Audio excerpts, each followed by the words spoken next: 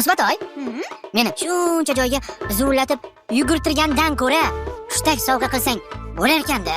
Nega endi? Yuqori nafas yo'llarimni hushtak chalib sog'lomlashtirardim. U ham o'yin, bunisi ham. Seni qara-yu bilmas voy. Sira unaqa emas. Nega endi? Hushtak ham o'yin-ku. Bolalar bilan bog'liq hamma narsa o'yin men uchun, bilsang. Seni qara-yu. Eng birinchi hushtaklarchi bolalarga berilmagan. Uni ko'p katta odamlar chalishgan. Qiziqmisan? Qanaqasiga katta odamlar hushtak chaladi? Shunaqasiga. O'sha sen aytgan katta odamlar yomg'ir, qor, shamolni chaqirish uchun sehrli hushtaklardan foydalanishgan eslayin o'qigandik-ku. Ha, bo'ldi. Shamollarni aytmoqchisan-da. To'g'ri. Keyin bolalarga shu haqda gapirib beramiz. Kelishdik. Odamlar loyga ishlov berishni o'rganib olishgandan keyin undan turli buyumlar yasay boshlashgan. Arxeologlar topgan keramika va shisha idishlar eramizdan avvalgi 2-asrga tegishli ekan. Bu qazilmalar Rishton va Quva hududidan topilgan. Bolalar Markaziy Osiyoning turli hududlarida-chi kulollar maktablari bo'lgan. Ya'ni Farg'onadagi kulollar yasagan buyumlar Samarqandnikiga, Toshkentlik ustalarning idishlari Andijonning ko'zalariga o'xshamagan. Har bir maktabning o'z yo'nalishi va hatto rangi ham bo'lgan. To'g'ri. Rishtonlik kulollar moviy rangni ko'proq ishlatishsa, Farg'onalik ustalar yorqin ranglardan foydalanishgan.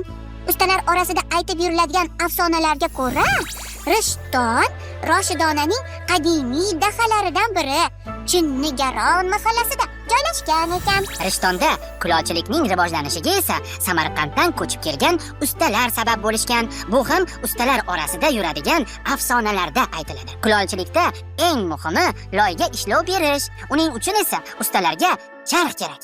Charxda ko'zani yasab, ishlov berganidan keyin uni ko'tarib yurish uchun band ishlash kerak bo'lgan.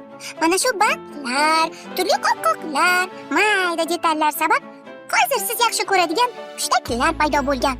Aytishlarga qaraganda-chi, ustalar tomonidan o'ylab topilgan loy hushtaklar uzoq Rossiya o'lkalariga ham yetib borgan ekan. Oradan vaqt o'tib, hushtaklarga ishlov berilgan. Natijada turli jonivorlar shaklidagi hushtaklar yasalgan va chiroyli qilib bo'yalgan. Ishonasizmi? Loydan yasalgan hushtaklarning musobaqasi ham bo'lgan.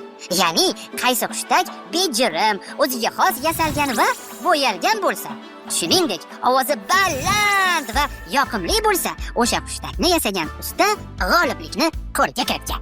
Yaqin kunlargacha loy o'rniga plastmassa ishlatilib, hushtaklar tayyorlanayotgan edi. Yana yog'och, temir, jonivorlarning suyaklaridan ham turli-tuman hushtaklar yasalgan. Lekin bilasanmi, Musbatoy, menga baribir loydan yasalgan, ko'rinishi qushga o'xshaydigan hushtaklar menga ko'proq edi. Menachi bitta fikr bor. Qo'lingdagi kichkinagina hushtaga o'xshaydigan hushtak bor-ku. Shuni menga berasan. Nega endi? Unga chiroyli lentadan bog'ich yasab, taqinchoq qilib olaman. O'zingni hushtagiga lenta taqsang bo'lmaydimi? Unga ham lenta taqib o'tganman-da. Qo'limga asib oldim.